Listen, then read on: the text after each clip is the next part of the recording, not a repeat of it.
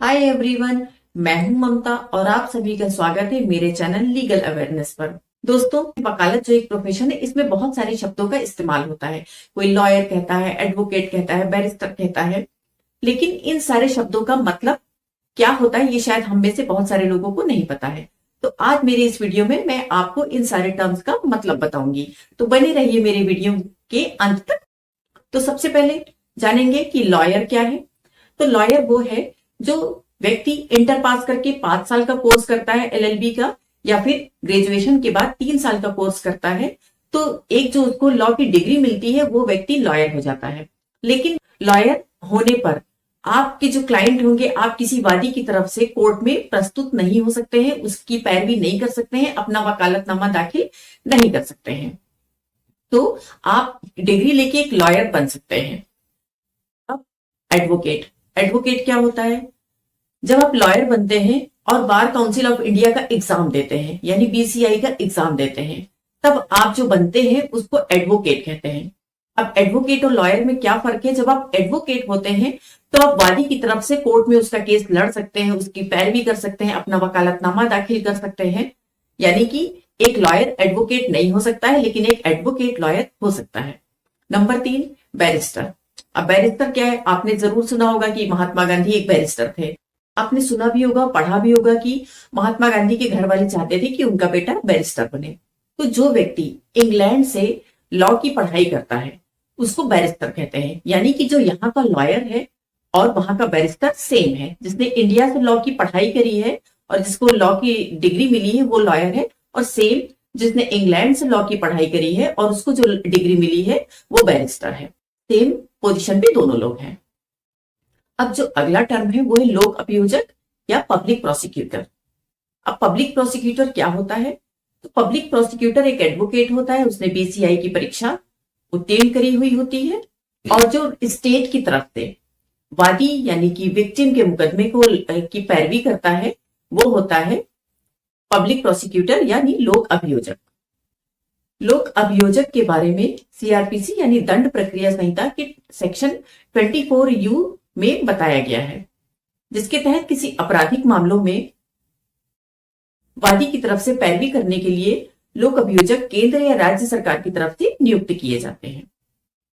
यानी कि आपराधिक मामलों में राज्य की ओर से प्रतिनिधित्व करने के लिए इनकी नियुक्ति की जाती है। और लोक अभियोजक का मुख्य उद्देश्य होता है जनता के हित में न्याय दिलाना। लोक अभियोजक का काम तब शुरू होता है जब पुलिस द्वारा चार्जशीट दाखिल कर दी जाती है, और उसके बाद लोक अभियोजक का काम होता है कि वो निष्पक्ष रूप से केस की पैरवी करे और जनता को या वादी को न्याय दिलाए। अब जो अगला टर्म है महाधिवक्ता यानी कि एडवोकेट जनरल। तो ये एडवोकेट जनरल या महाधिवक्ता क्या होता है, हम समझते हैं इसको भी।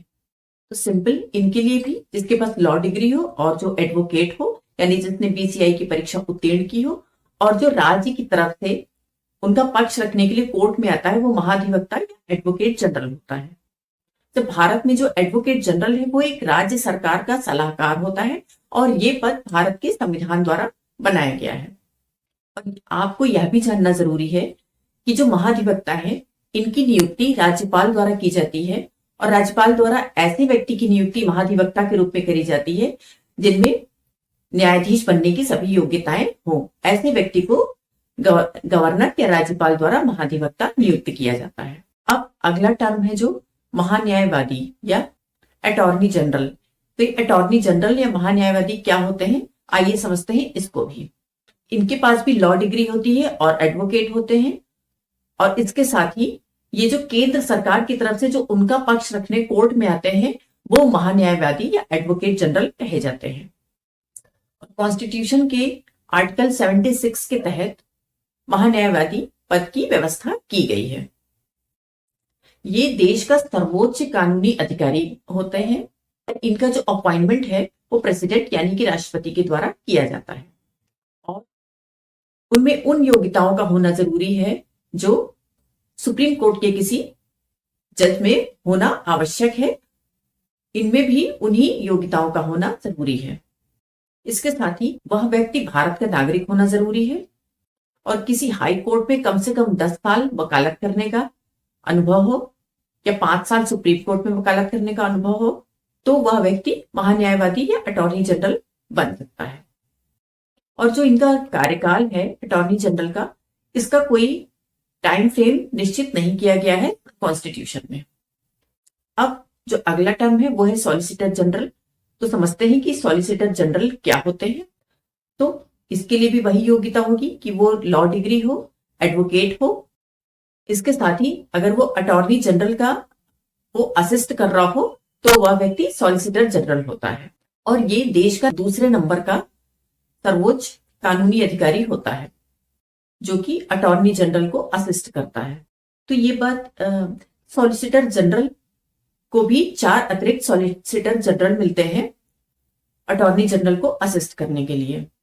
और यहाँ ये बात जानना जरूरी है कि अटॉर्नी जनरल का पद जहां एक संविधान द्वारा एक संवैधानिक पद है, वहीं पे जो सॉलिसिटर जनरल का पद है वो कोई संवैधानिक पद नहीं है, वो एक स्टैट्यूटरी प्रावधान यानी कि एक कानूनी प्रावधान है। और जो कैबिनेट है वो सॉलिसिटर जनरल की नियुक्ति करती है।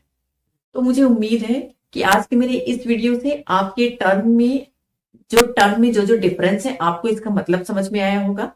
तो ये थी मेरी आज की जानकारी। तो मेरी जानकारी तो अब यही खत्म, लेकिन अब प्लीज आप अपना काम करिए, मेरे वीडियो को लाइक करिए, सब्सक्राइब करिए, फेसबुक पे शेयर करिए, इंस्टा पे शेयर करिए, अपने दोस्तों के साथ शेयर करिए। और हाँ, सब्सक्राइब करना बिल्कुल भी ना भूलिए। तब तक अपना ख्याल रखिए।